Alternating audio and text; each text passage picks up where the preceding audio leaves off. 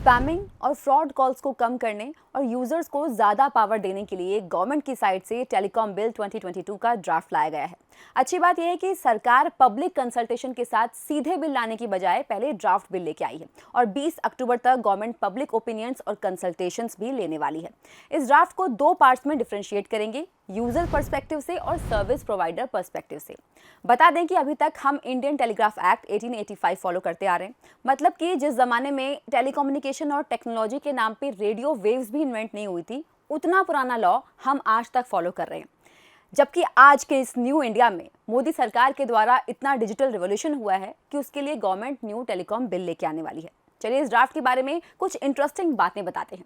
इस ड्राफ्ट में यूजर्स के लिए जो सबसे इंपॉर्टेंट मुद्दा है वो है राइट टू नो, यानी कि अगर आपको कोई व्हाट्सएप या फिर दूसरे OTT प्लेटफॉर्म पर कोई मैसेज या कॉल करता है तो यह आपका हक बनता है कि आपको पता हो कि आपको किसने कहां से कॉल किया है। नोटिफिकेशन में यह भी कहा गया है कि KYC के लिए आपको अपना असली नाम देना होगा और कनेक्शन भी उसी नाम से लेना होगा ताकि फ्रॉड और स्पैम कॉल्स को रोका जा सके।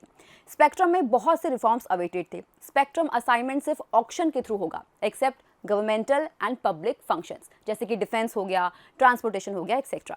अब टेलीकॉम कंपनीज को भी अपनी रिस्पॉन्सिबिलिटी निभानी पड़ेगी और सर्विसेज की रेगुलरिटी कंटिन्यू रखनी पड़ेगी, जिससे यूजर्स का पैसा भी वेस्ट नहीं होगा। अगर स्पेक्ट्रम में कोई डिफॉल्ट होता है तो उस केस में स्पेक्ट्रम गवर्नमेंट को वापस कर दिया जाएगा। मेजर ऑफेंस और रूटीन मिस्टेक्स के बीच में डिफरेंशिएट किया गया है।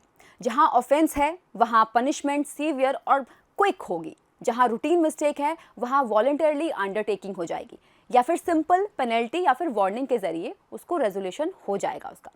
मतलब कि अननेसेसरी पनिशमेंट नहीं रहेगी। इससे टेलीकम्युनिकेशन कंपनीज को ease of doing business facility मिलेगी, तो फिर वो बेटर कस्टमर सर्विसेज दे पाएंगे। इससे सर्विसेज एफिशिएंट होंगी तो इस सेक्टर में स्टार्टअप आएगा तो इकोनॉमी बूस्ट होगी।